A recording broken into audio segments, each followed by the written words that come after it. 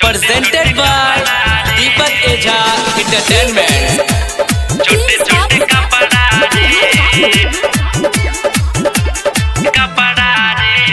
आइब गेले बंगाल सनाच आइब गेले बंगाल सनाच लागे तोड़ देते चौकी रे।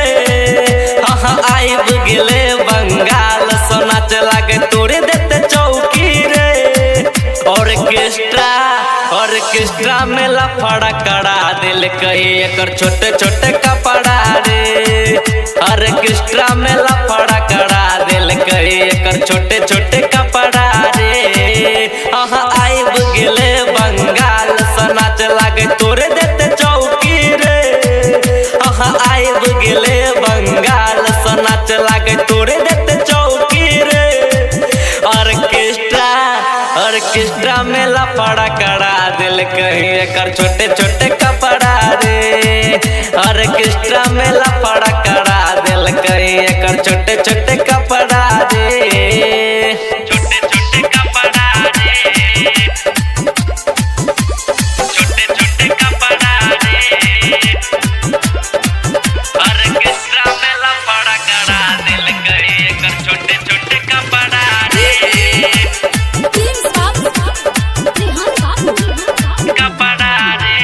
होठ में लाली कान में बाली गाल एकर लाल रे। छौड़ा जवन का बुढ़वा की कहियो बच्चों का है चमाल रो। बच्चों का है जमाल रो होठ में लाली कान में बाली गाल एकर लाल रे।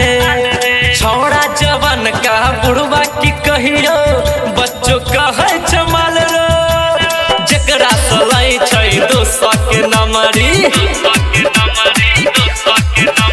जकरा सलाई छै 200 के नमरी ओकरा दै छै चुम्मा रो। जकरा सलाई छै 200 के नमरी ओकरा लै छै चुम्मा रो। ऑर्केस्ट्रा में लफड़ा करा दिल कही एकर छोटे छोटे कपड़ा रे। ऑर्केस्ट्रा में लफड़ा करा दिल कही एकर छोटे छोटे कपड़ा रे। छोटे छोटे कपड़ा रे छोटे छोटे कपड़ा रे ऑर्केस्ट्रा में लफड़ा करा दिल कही एकर छोटे छोटे कपड़ा जे भी देखाबै नमरी पजरी ओकर खाली नाचे। बड़ा बेहाया भेलै त नहीं केकरो गोदाने।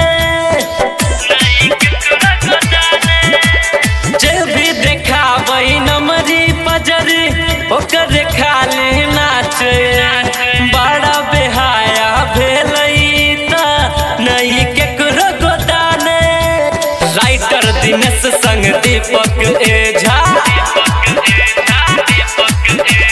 राइटर दिनेश संग दीपक एझा सुनंद देख झक झक रे। कुंदन चंदन संग सुमित देहाती चंदन सुमित करे धक्का धुकी रे। ऑर्केस्ट्रा में मार करवा दिल कहिया भतीजवा के मौसी रे। ऑर्केस्ट्रा में लफड़ा करा दिल कही एकर लहंगा चोली रे। आइब गेले बंगाल सनाच आइब गेले बंगाल सनाच लागे तोड़ी देते चौकी रे। आइब गेले बंगाल सनाच लागे तोड़ी देते चौकी रे। ऑर्केस्ट्रा में लफड़ा करा दिल कही एकर छोटे छोटे कपड़ा रे। ऑर्केस्ट्रा में लफड़ा करा दिल कही एकर